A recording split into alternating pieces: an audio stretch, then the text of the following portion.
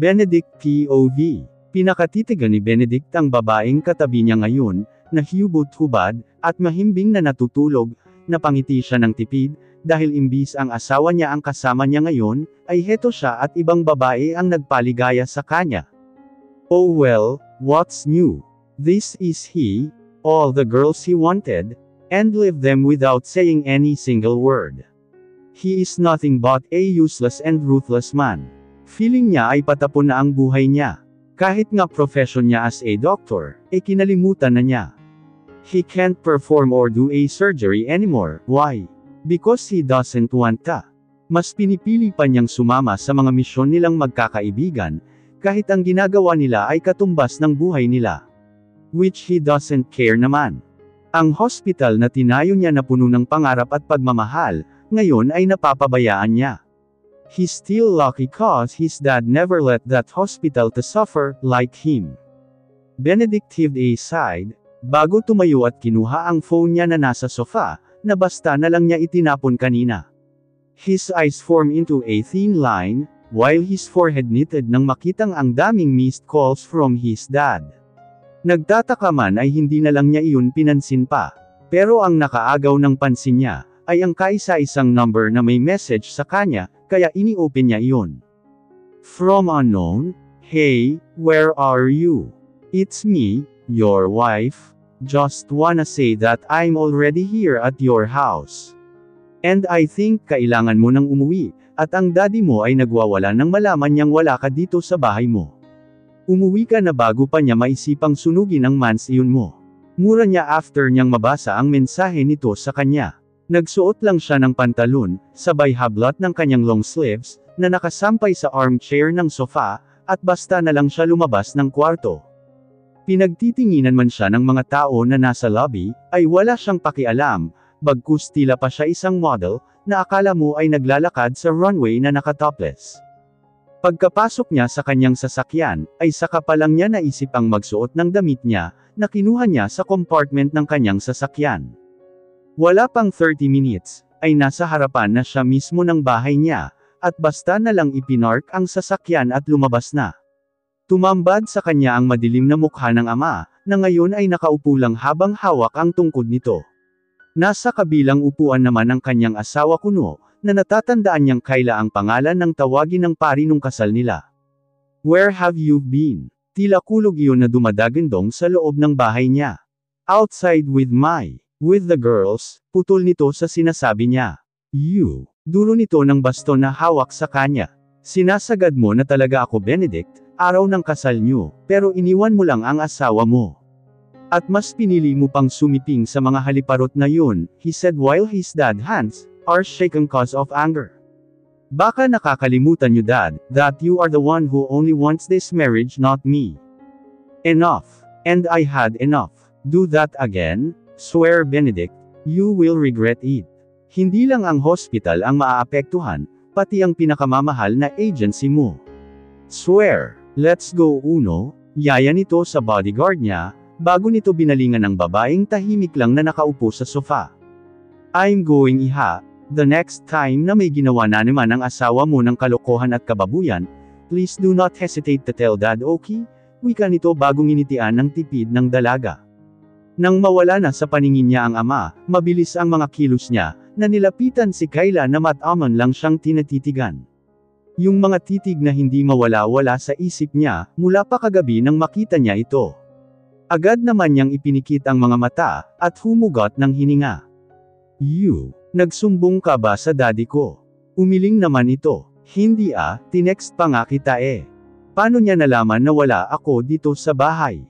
Abay malay ko mister, maybe your dad has a third eye, I guess. Sagot nito sa kanya. What?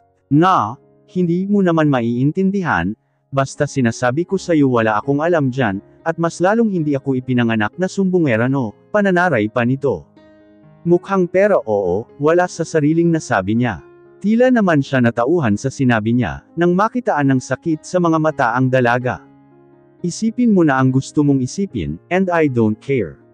Basta God knows and I know na hindi totoo yang sinasabi mo, sagot nito bago siya iniwan, at naglakad na pataas ng hagdan. Sinundan naman niya ng tingin ito. Kung iisipin at pakatitigan, Kyla is attractive and sexy. Kaya nga hindi niya maalis-alis ang tingin niya, noong naglalakad ito sa aisle patungo sa kanya. Ang simpleng tao lang nito, kahit sa pananamit, pero kakaiba din ang appeal at ganda na meron ito.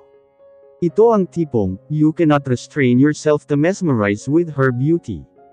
Hey! Tawag niya dito nang nasa kalahati na ito ng hagdan, at naglalakad patungo sa taas, kaya napahinto ito at lininggan siya. May kailangan ka pa po, mister? Oh well, as far as I know, we're not yet done talking, madam. Benedict saw how she rolled her eyes on him. But ang sexy nun, tanong niya sa sarili. Kung ang pag-uusapan natin, ay magkakaos lang ng away between us, then thanks na lang. Sobrang pagod and exhausted ako, para patulan ka, mister. Marami na akong iniisip, at ayoko nang dagdagan pa yon, sagot nito. Whatever, just use the other room, siguro naman alam mo at na-orient ka na tungkol dito sa bahay, habang wala pa ako. Yes boss, can I go now? But instead of answering her, he just turned his back at her, saka diretso pumunta ng minibar niya, at nagsalin ng alak.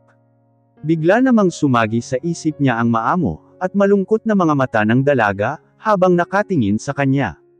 No way!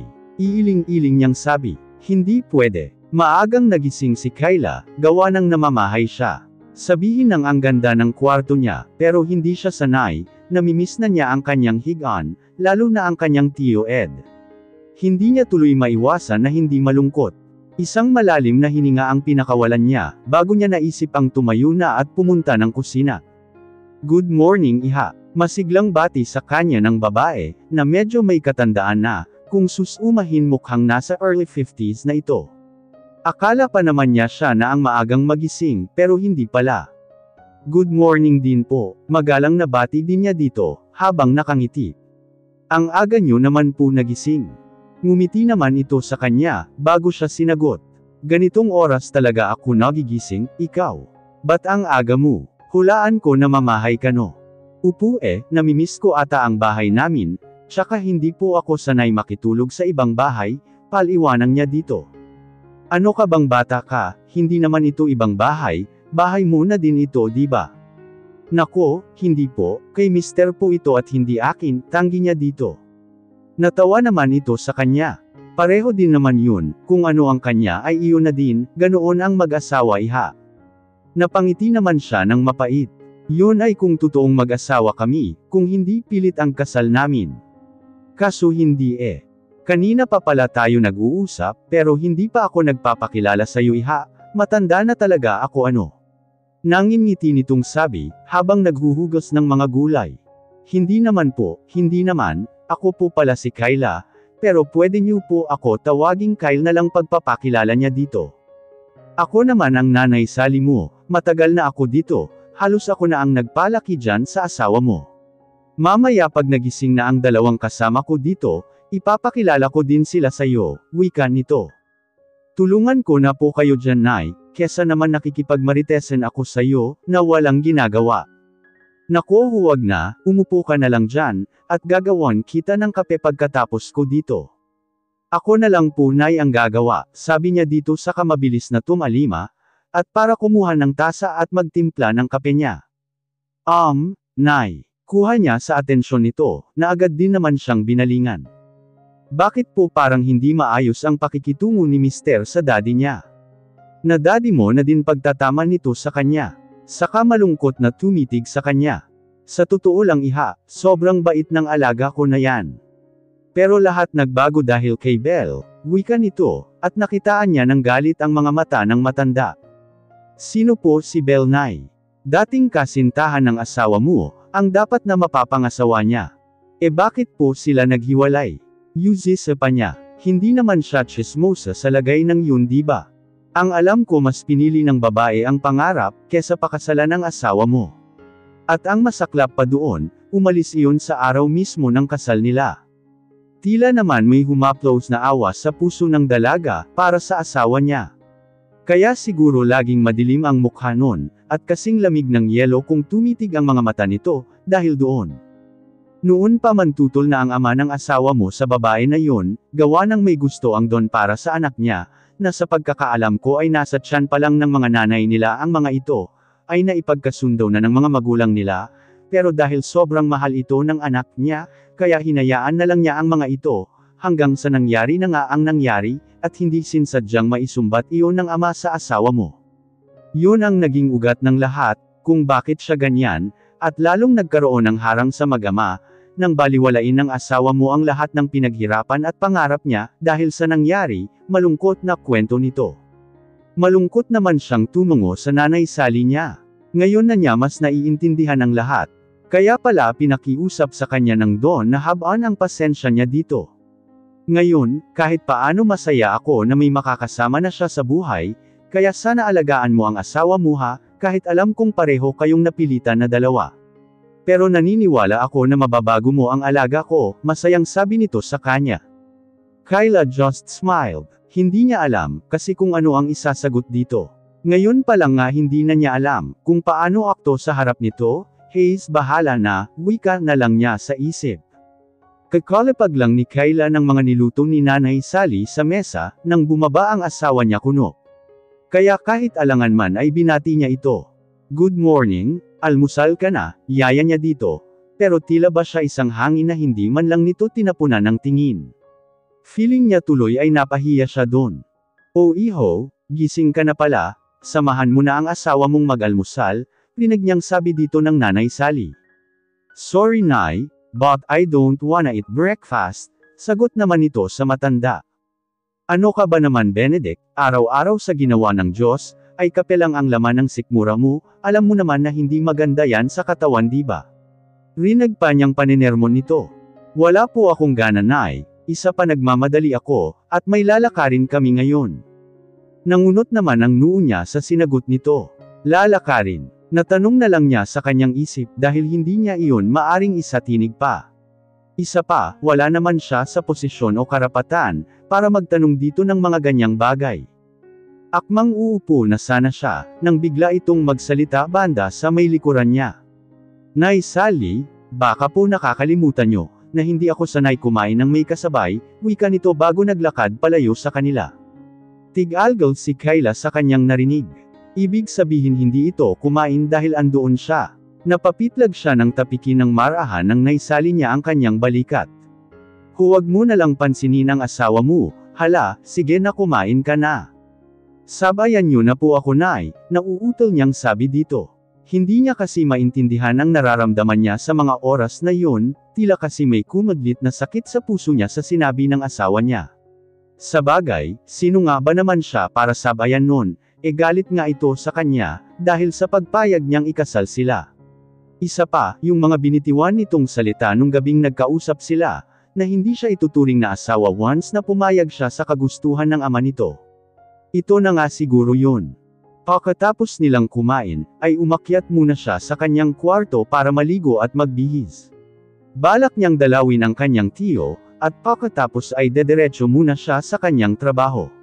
Hindi kasi siya nakapagpaalam ng maayos sa boss niya, and for sure hahanapin siya nito. She's working at the hotel as a receptionist, at mahal niya ang trabaho niya. After niyang magtapos ng college, ay naghanap agad siya ng trabaho para makapag-ipon, at makatulong sa kanyang tiyo. At ngayon nga ay mahigit 2 taon na siyang namamasukan doon. Isang sipat pa ng kanyang sarili sa salamin, bago niya naisip ang lumabas na ng kwarto. Wala naman na siyang nabutang tao sa baba, kaya hindi na siya nag-abala pang hanapin ang naisali, at dumiretso na lang siya lumabas ng bahay. Papara na sana siya ng taxi, nang may humantong sasakyan sa harapan niya. Hindi naman niya makita ang nasa loob nun, dahil tintad ang salamin ng sasakyan. Ngunit ganoon na lang ang tibok ng puso niya, nang biglang bumaba ang salamin ng sasakyan at iluwa doon ang gwapong-gwapong mukha ng asawa. Bat ang pogi. And where do you think you going? Tanong nito sa madilim na naman na mukha. Anyway, wala namang bago pa dito. Do I need to repeat it again Miss Soriano? Tanong ulit nito sa mataas na tono. Bibisitahin ko lang ang tiyo ko, and dediretso na ako sa trabaho ko, sagot niya dito na hindi makatingin ng diretso sa mga mata ng asawa. Feeling niya kasi pag tumingin siya dito, ay magyayelo siya sa lamig ng titig nito. And who said na pwede kang bumalik sa trabaho mo? Tanong nito na ikinaangat niya ng tingin dito. Come again, she asked. Go back inside at hindi ka aalis ng bahay ko. Hindi ka babalik sa trabaho mo. Maliwanag ba? I will never give you any single chance para ipagkalat na asawa mo ako. You get me? Mariing sabi nito na ikinainit ng ulo niya. Kung yan ang ikinakakatakot mo, then rest assured na walang makakaalam na asawa mo ako. Isa pa, hindi naman ako chismosa at proud na asawa para ipagkalat ang kasal nating pilit, mahinahon niyang sagot dito. Then good. At least malinaw. But I'm warning you, oras na may kumalat na kasal na ako, ikaw ang mananagot sa akin. Sabi nito sa kamabilis na pinaandar ang sasakyan. Kuyom naman ang palad ni Kayla sa pagpipigil ng galit na namumuo, para sa asawa niya kuno. Akala mo naman masaya ako na ikinasal sa kanya, inis na sabi niya bago sumakay sa taxi, na nakahinto na pala sa harapan niya.